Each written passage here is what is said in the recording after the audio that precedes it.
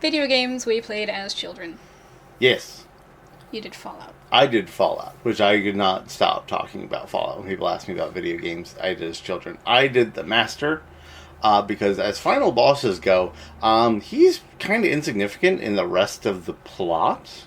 But he's so cool looking. He is. He's the mastermind behind the super mutant threat, but like he's just chilling in the basement, being half man, half machine.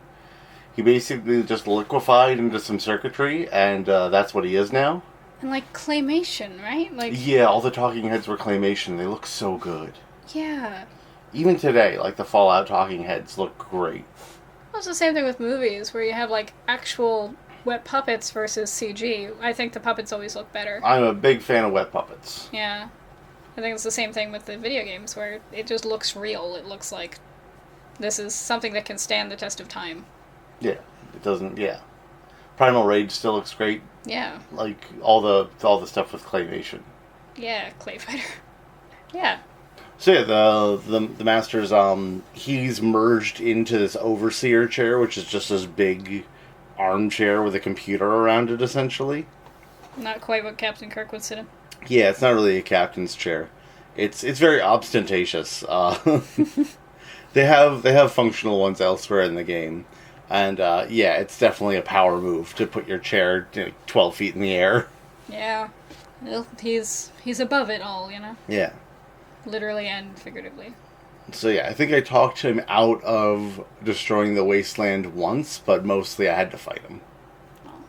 There's a way to talk him out of, and he'll just commit suicide about it because you tell him you can convince him his plan is bad, that he's bad for doing it.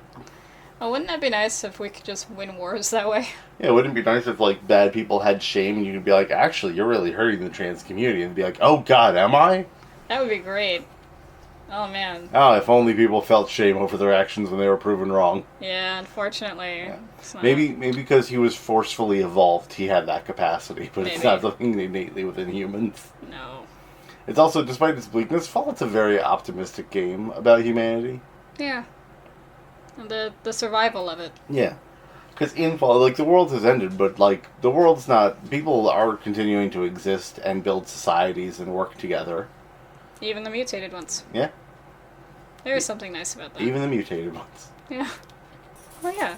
I like that. I do think that's optimistic. I definitely tried to... his color scheme is very, like, military browns and greens, and he has also this fleshy color. So I tried to really work with a good color palette for everything. Which Okay. I think I did really good on the colors. I was gonna say it's flesh. There's a lot of patches of flesh. Yeah, you can tell where the flesh is. Yeah. A lot of flesh plus a lot of industrial. I Yeah. decided it should be gooier, so I made more goo. Would this be considered body horror, you think? Yeah, definitely. I mean, he's a head on top of a monitor with, like, an eyeball arm. Like, he's Flesh. just mixed in with, like, wires, and Yeah. there's definitely horrible things going on for him. I'd like to think if... There hasn't been a Fallout movie, right? No, but they're working on a TV show. I'd like to... I hope that this is in there. There was also a YouTube series that got very popular called Nuka Break. Yeah? Yep.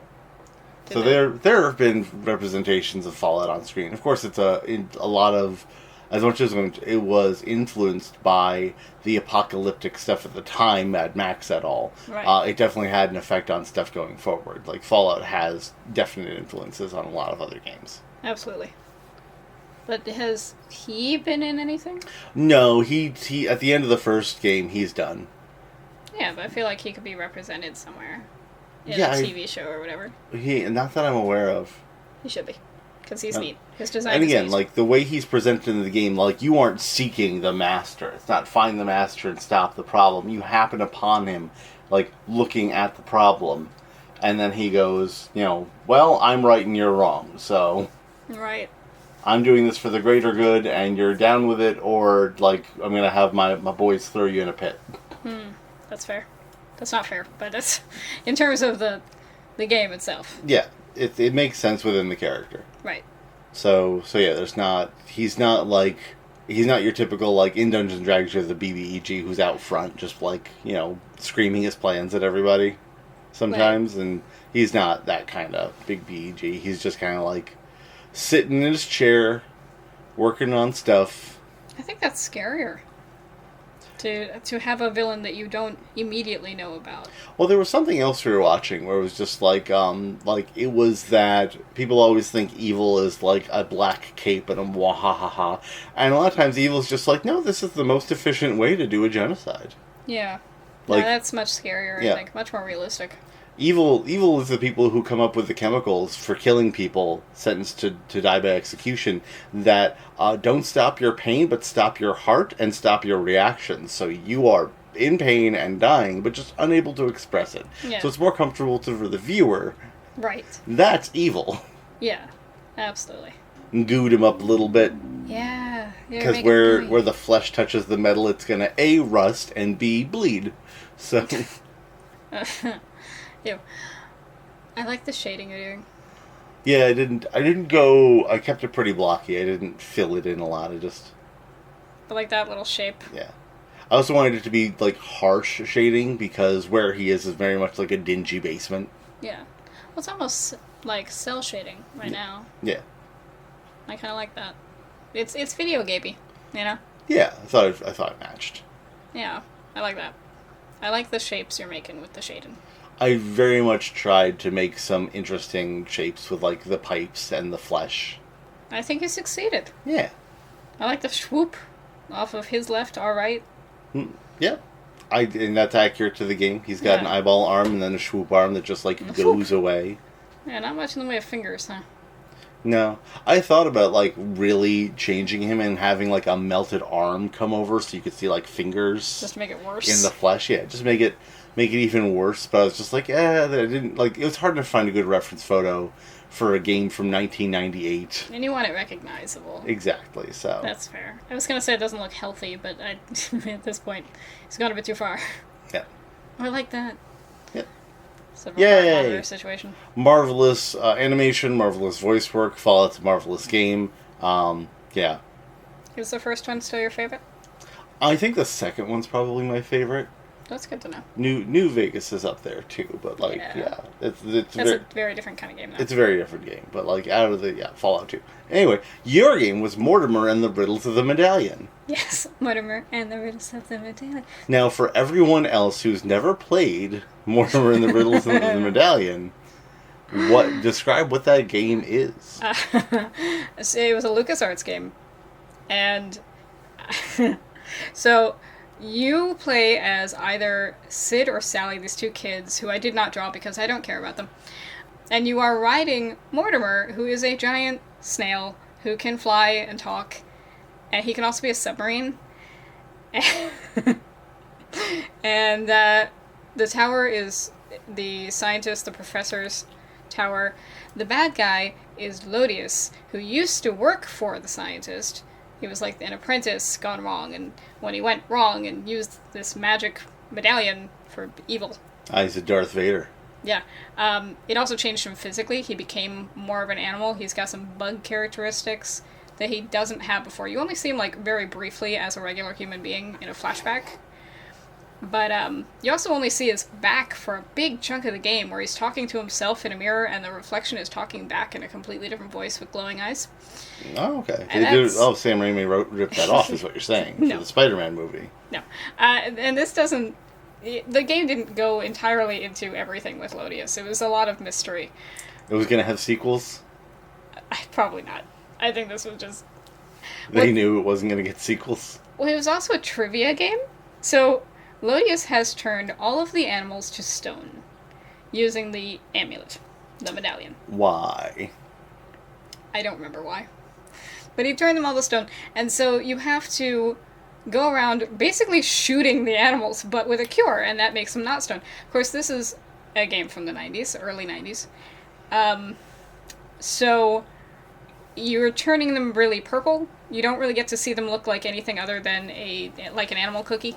They don't become, they don't start moving around again. They just become not gray. They also don't become 3D. Like, Mortimer is 3D. We are 3D. Lodius is 3D. The gate you talk to go from one area to another, you talk to a gate that sings a song and tells you a riddle about an animal, and you have to... yeah. Can I... So, does this game exist, or were you on a lot of flu medication as a child? The game exists, and I love it very much. And the Lodius's Lair was the hardest one, because if you didn't get the answer right, it sent you back to the beginning again, which included a neat, like, maze thing you kind of had to drive through. And you're on your own. You have just, like, a jetpack at that point, because Mortimer has been captured. And they threatened to make him into escargot, which is how I learned that word. But, yeah. No, it was a fun trivia game, and very musical, and really beautiful, except for the animals, for whatever reason. It was kind of for kids, and kind of educational. Yeah.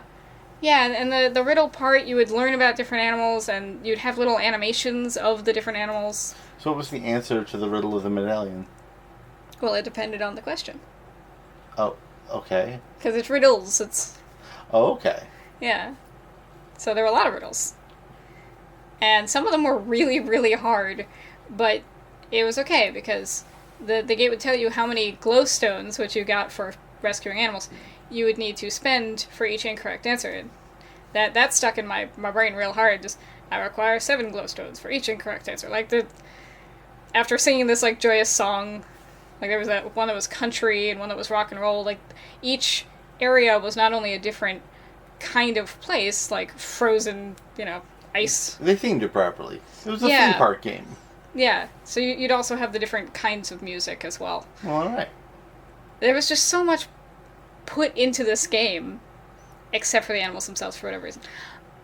Just the ones you're saving. The other animals are animated. The other ones look great. I don't know why the ones you're shooting to cure are flat, but everything else looked beautiful. Well, of course, it had to be cut somewhere. Yeah. The main part of the game. Yeah. But well, this still. was like golden age and dark age of computer games, because everything was a passion project. Yeah. But like it also was on such a tight schedule. There's so many stories about games who almost didn't release. Well, also, when Mortimer is standing next to Lodius is very funny, because they look like they're two completely different games. Because Mortimer is so 3D, and then Lodius is... I really like how you did the mushroom coloration. Lodius is also 3D, but not in a CG game way. He just looks like... He's a little bit more pixelated. He looks like he was drawn. Well, they could have come from different things and just gotten slapped together for the game. We know that happened. Very much. There's a lot of stuff in Game A that was just left over from Game B. And I kind of wonder about that, because the rationale for why Lodius wound up looking the way he did is interesting. It's just that he was so corrupted by this thing, and it's like, alright. But he wants to get rid of all the animals. But he's become one. That's... So he can be the only animal? I don't He know. can be the only attraction at the zoo? But he is this, Look upon me! acclamation of a bunch of different creatures. And I don't think I even realized that before this drawing. Realizing it was kind of like this... I drew it as horns. It could have just meant, maybe it was supposed to just be hair, but I saw it as horns. No, I see it as horns.